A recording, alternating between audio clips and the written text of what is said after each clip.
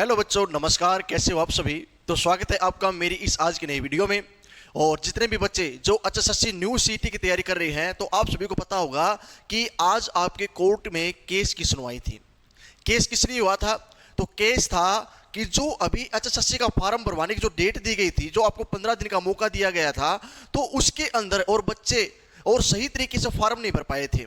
ठीक है, कारण क्या था? तो कारण था आपका और ये सरल पोर्टल। ठीक है, सरल पोर्टल की जो साइट थी ये बिल्कुल और 2G से भी कम चल रही थी। ठीक है, बेचारे बच्चे बेतहाशा बेसहारा और रिक्वेस्ट कर रहे थे बार बार चेयरमैन साहब से, हरियाणा सरकार से, कि प्लीज डेट को एक्सटेंड किया जाए। और बच्चों को विश्वास भी था कि भाई ऐसा कुछ ना कुछ किया जाएगा, क्योंकि इससे पहले जो सीटी लिया गया था तो उसके लिए और पोर्टल को काफी लंबे समय तक खोला गया था।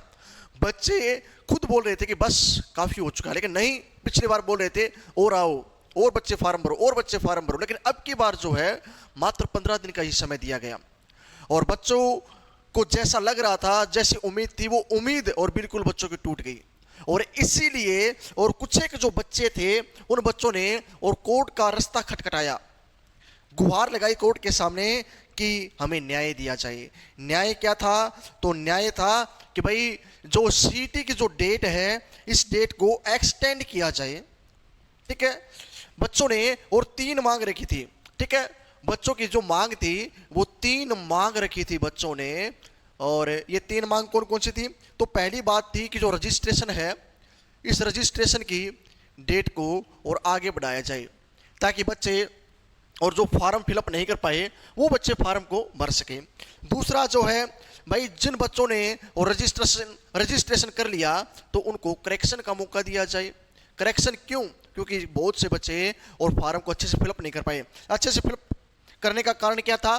तो अच्छे से फिलअप करने का कारण ये था कि जो EWS है, OBC है, OSC है, DSC है, ये डॉक्यूमेंट नहीं लगा पाए और कुछ बच्चों ने पुराने डॉक्यूमेंट लगा दिए और कुछ बच्चों ने क्या किया, जनरल से फार्म भर दिया। तो इन्होंने बोला कि भाई हमें करेक्शन का मौका दिया जाए। और तीसरी जो बात है, तीसरी बात बोली गई कि भाई जो एग्जाम है, जो पेपर है, इसको एक ही शिफ्ट में लिया जाए हमको, और नॉर्मलाइजेशन के अंदर और शिकार न होना पड़े। एक ही शिफ्ट में, फर्स्ट शिफ्ट में, और सब कुछ निपटा दो भाई, बार बार नहीं होना चाहिए फर्स्ट सेकंड थर्ड फोर्थ, नहीं नहीं। ठीक है, तो अब और जो कोर्ट के अंदर सुनवाई हुई है, कोर्ट का फैसला आया है कि भाई जो नेक्स्ट डेट है आपके केस की, तो वो नेक्स्ट डेट है और आगामी कब की रख दी है? तो ये रख दी है 5/9/2025।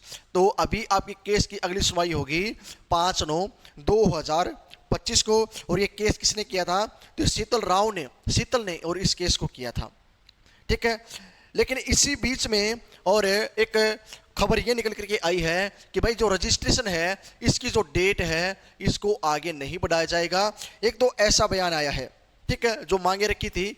तो एक तो जो भाई कोर्ट के अंदर जो वकील साहब पेश हुए थे, उन्होंने ये बात रखी है सरकार की तरफ से कि भाई एक तो रजिस्ट्रेशन डेट को आगे नहीं बढ़ाया जाएगा, दूसरा जो एग्जाम है ये एक शिफ्ट में करवाना पॉसिबल नहीं है, ये बात रखी है। इन दो चीज़ों को तो इन्होंने मना कर दिया, लेकिन इन्होंने बोला कि भाई हम करेक्शन का मौका देंगे।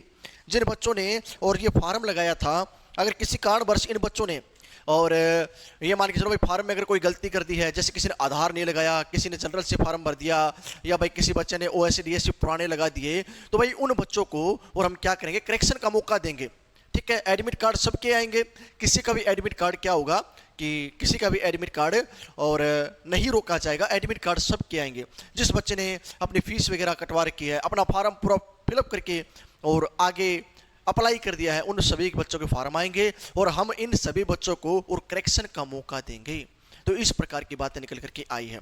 अब बच्चे बहुत से और सोच रहे हैं कि क्या सर 5 सितंबर को जो नेक्स्ट सुनवाई है, क्या इससे पहले एग्जाम हो सकता है या एग्जाम नहीं होगा? तो देखो भाई, एक बात तो अभी जो कोर्ट का फैसला है वो पूरी तरह से नहीं आया है, स्टे लगा है या नहीं लगा वो नहीं आया है।